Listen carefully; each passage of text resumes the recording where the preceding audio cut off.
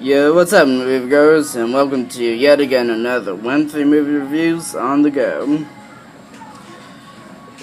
Today's Class of Tuesdays is on 1984. The movie version based on the book made in the year 1984 as well. As I said, it is based on the classic book by George Orwell. The director is Michael Radford. John Hurt plays Winston Smith. Richard Burton plays O'Brien. Suzanne Hamilton plays Julia. Cyril Cusack plays Charrington. John Boswell plays Goldstein. And Bob Flagg plays Big Brother. As I mentioned earlier, as it's a classic book, a lot of people are familiar with it. I'm not going to go too much into the plot, but I will say this for those who are not familiar with it. Others who are familiar with it can tune out for a couple minutes or so. It is set in a after-war type setting that created three super-states, all totalitarian societies: Oceania, Eurasia, and East Asia. Oceania is ruled by Big Brother and the Party, and the book and film centers around Winston Smith, who works at the Ministry of Truth, which makes lies to cover for Big Brother or delete people from existence. And people are those who are taken in by the Thought Police. Thought Police are those who monitor telescreens. Telescreens are those devices placed all around, spying on individuals and reports that they are having bad thoughts or doing some other stuff that would fall under thought crime. And those people are taken to Mini-Love, which is actually deals with torture, and are rehabilitated and eventually executed. And for rehabilitation involves a lot of torture, so yeah.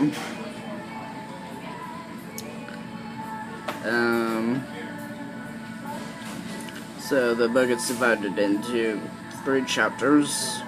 First being, the book and the movie are divided into 3 chapters. The first being introduction about setting and the culture of that world, and also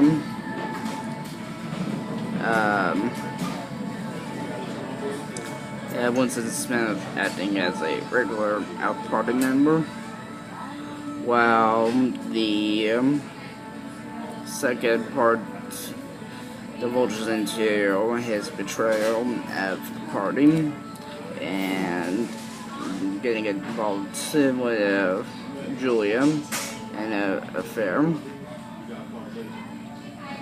And the third of which is about their rehabilitation at Mini-Love. And yeah.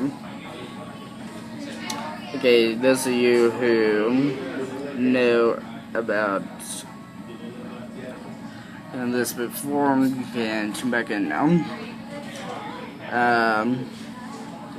Majority of this review is going to be film versus book thing. It is a lot of minor subtle things that I'm going to try to go through this list rather quick. First is in the film they're in like one-piece jeans, June likes floods. In the book, it's overalls. There's no mentioning of the members of the party bombing each other, or of a note hidden in an ink pen in the book. As it's a movie, it can be expected to be condensed, but there's some parts that I found might be key parts that they left out, like multiple meetings in the center where they tried to establish it was safe to continue their affair. That was cut out in the film. Reading of multiple chapters of Goldson's book. It doesn't talk about what happened before the reign of the party and the big war that started all that. Besides memories of Winston's mother, it doesn't go to the principles of the party like doublethink and etc. Doesn't show the dub scene of Winston Smith, as it does in the book, but it ends at the Chestnut Tree Cafe with Winston Smith saying that he loves Big Brother. They have Winston Smith visiting O'Brien to talk about the resistance alone, and that meeting is disguised as a meeting to get the new version of the Newspeak dictionary, while in the book it's both of them who go to the meeting and they know where they're going. Goldstein's book is hidden page to page again and between pages of the Newspeak dictionary, and it's like glued together, like Newspeak dictionary page on top, Goldstein's book page middle, glued to the bottom of the first Newspeak dictionary page, and then another Newspeak dictionary page on bottom. And that's in the film. And Winston Smith starts reading Goldstein's book while at the flat instead of his rented rooms at the store. And also in the film, well, in the book, he only reads it at the rented rooms.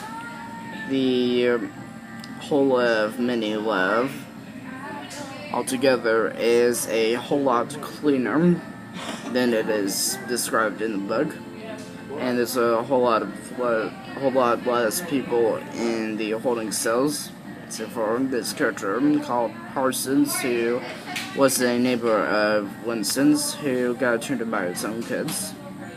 Yeah. That would be embarrassing.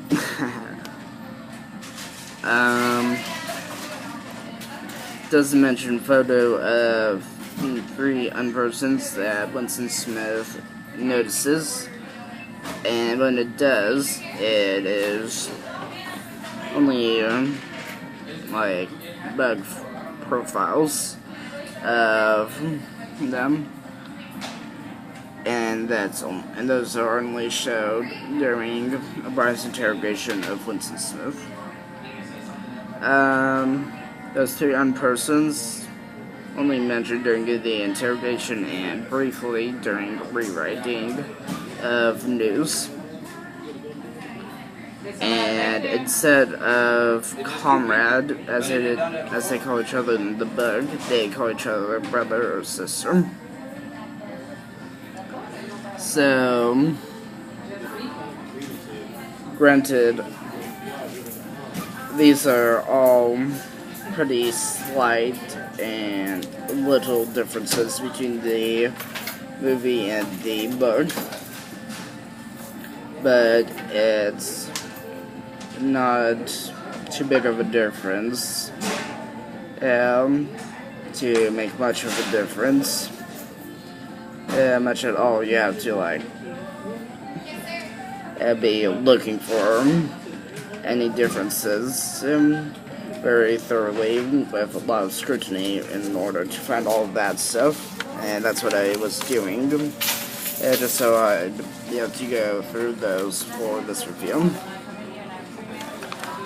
But all in all, it's a rather enjoyable movie and also a book. It is a very classic book, and the movie version, though a bit different, not way too much different, and I rather enjoyed both of them. And that's on a rating scale of 1 star being poor, 5 stars being excellent. I'd have to give this movie a 4.5 stars due to the fact that it's a bit different, but has a lot of slight differences, though they're very slight.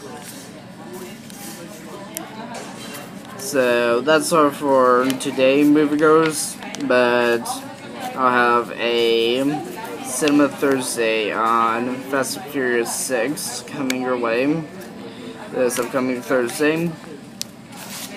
And if there is going to be any town news this week, it's going to be postponed either Friday or Saturday due to some stuff happening on Friday.